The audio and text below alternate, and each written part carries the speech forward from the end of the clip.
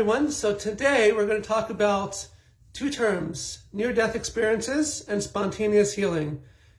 In the past, they were experienced as two separate things. Either a person has a near-death experience or a person experiences spontaneous healing.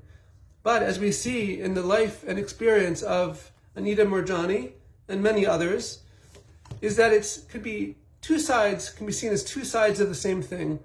That a person who can have a reset of both their lives and also to lead to spontaneous healing. So in Judaism, this is called continual recreation.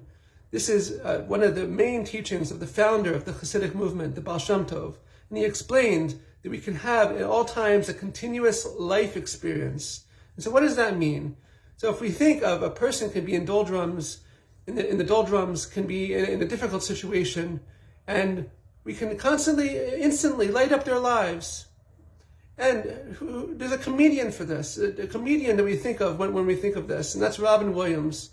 That he traveled to Iraq, to Afghanistan, immediately all over the world, thousands of people, immediately, no matter what a person was going through, felt happy. There was many stories like this, but one story that was brought in a movie called Robin's Wish, put together by his wife, where he sat, this soldier had just received, was recently injured. His girlfriend had just walked out, maybe for the last time, headed to the airport, and he didn't know if he was going to ever have a girlfriend again, what his life is going to be like.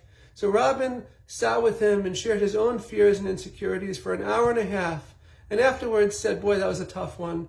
And that's when we're vulnerable, when we're putting ourselves out there for others, then that can bring a person from the brink of despair to this brink of life, this new life experience.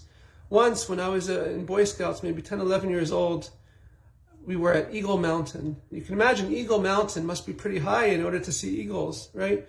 So I was looking over at this expanse in front of me, and then a troopmate thought it would be funny to pretend to push me.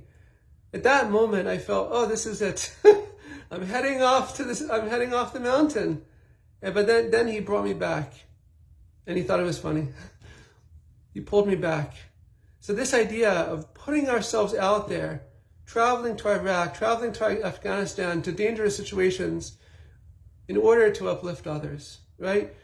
This idea of being out there for others can also not only, the main intention is to be there for others in this world, but that also can lead to spontaneous healing. That also can lead to living a long and healthy life and a happy and fulfilled life, right? But what's the focus? The focus is on being at that precipice, putting oneself in harm's way for the sake of others. So again, according to Judaism, according to the Hasidic thought, Kabbalah, and the inner understanding, the mystical side of Judaism, is that we can have this experience of both. Instead of what we're calling a near-death experience, we're calling a spontaneous life experience, and also spontaneous healing at every moment of our lives. So thank you very much.